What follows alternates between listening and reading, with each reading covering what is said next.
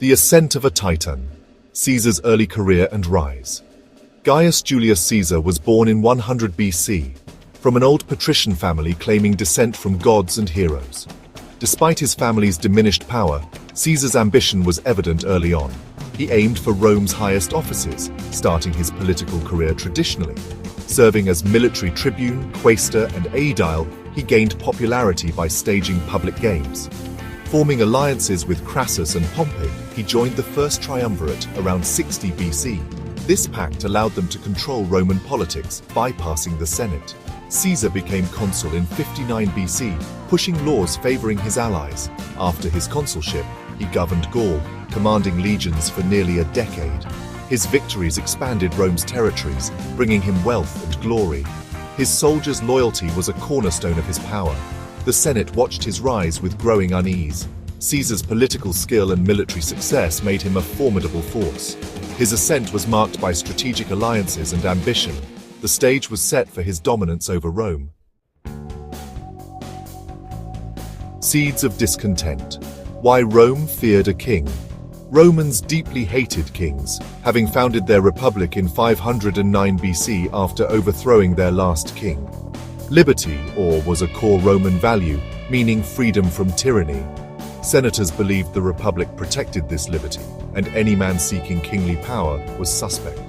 Caesar's immense power worried many senators, especially after he defeated Pompey in a civil war. Appointed dictator for life in 44 BC, Caesar's position resembled monarchy, challenging republican traditions. Honors heaped upon him, like statues and triumphal dress, resembled kingly symbols. Despite refusing a public crown, suspicions remained. The senatorial elite felt their power diminish, fearing the loss of their ancestral dignities. Some believed Caesar was destroying the republic, while others were driven by personal ambition and jealousy. The fear of monarchy was a powerful force in Roman politics. Caesar's dominance threatened the traditional rulers of Rome. Discontent among the senators began to fester. The conspirators packed a gathering storm. About 60 senators conspired against Caesar, with Brutus and Cassius as key figures. Brutus, respected for his integrity, claimed descent from an ancestor who expelled the kings. Cassius, a former Pompeian, harbored personal dislike for Caesar. The conspirators had mixed motives, some fearing for the Republic, others driven by personal grievances. Planning the assassination required great secrecy. Many conspirators were close to Caesar, making their betrayal shocking. They chose the Ides of March during a Senate meeting at the theater of Pompey. Caesar was planning to leave Rome soon, so they had to act quickly. The risks were enormous if discovered. The blend of idealism and personal grievance fueled their resolve. The conspirators knew they had to act quickly. The stage was set for a dramatic and violent confrontation. The Ides of March would become a pivotal moment in Roman history.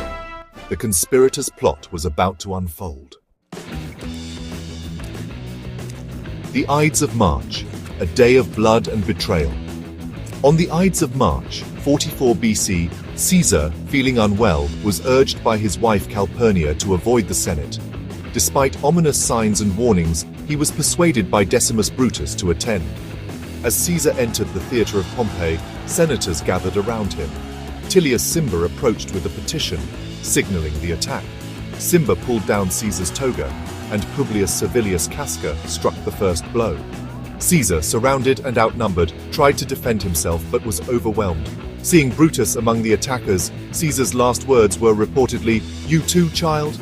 He fell at the foot of Pompey's statue, suffering 23 stab wounds. Chaos erupted, with non-conspirators fleeing in terror. The assassins, daggers dripping with blood, proclaimed they had killed a tyrant. The Ides of March marked a turning point in Roman history. Chaos unleashed. The immediate aftermath in Rome. The conspirators, led by Brutus and Cassius, tried to address the Roman people, shouting about liberty. Instead of celebration, there was fear and confusion, with shops closing and citizens barricading themselves. The city was stunned by the news. Mark Antony, initially fearing for his life, soon took action, securing Caesar's papers, will, and treasury. Antony began negotiating with the Senate, and communicating with Lepidus, another of Caesar's allies. The reading of Caesar's will was a turning point, revealing his generosity to the public. Public opinion turned against the assassins, now seen as murderers of a benefactor. Antony skillfully used this sentiment, delivering a powerful funeral oration. The crowd, inflamed by Antony's speech, rioted through the city, attacking the conspirators' houses.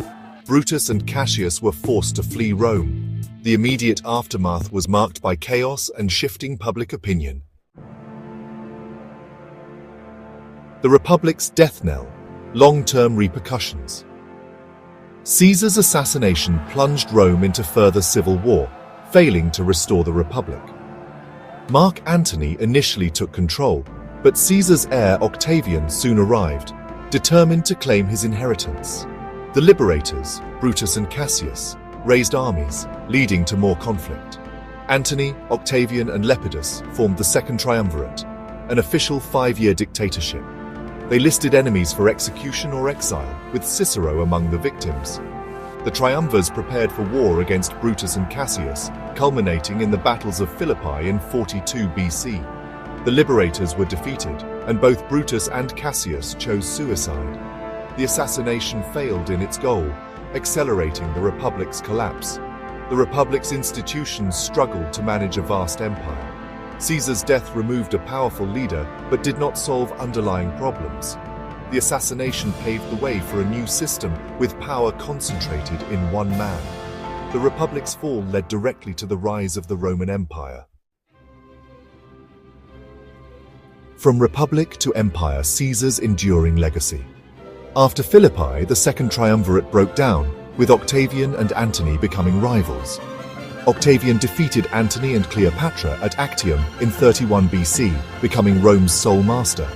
Learning from Caesar's fate, Octavian moved methodically, consolidating power while claiming to restore the Republic. In 27 BC, the Senate granted him the title Augustus, marking the start of the Roman Empire. Augustus maintained the outward forms of the Republic, but real power rested with him. The old republican system ended, with power now concentrated in one man. The Principate brought stability, but ended political liberty for the elite.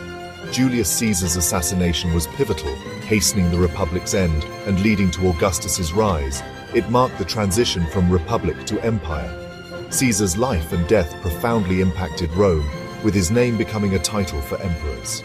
The day of his death changed Rome forever. Caesar's legacy shaped the future of Rome, marking the end of the Republic and the rise of the Empire.